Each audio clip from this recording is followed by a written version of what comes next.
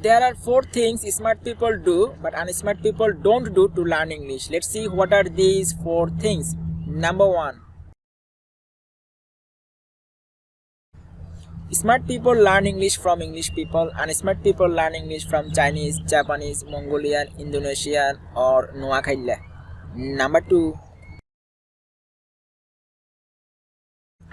Smart people don't translate their language, they think in English and speak in English.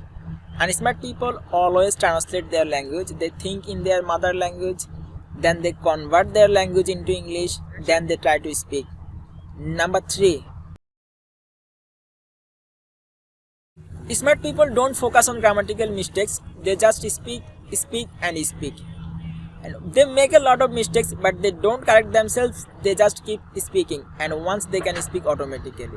And smart people always focus on grammatical mistakes, pronunciation mistakes, all the other mistakes, and whenever they make a single mistake, they correct themselves immediately and then they try to speak.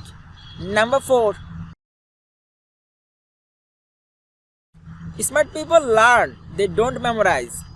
They listen everything, they listen thousands of sentences and once they can speak.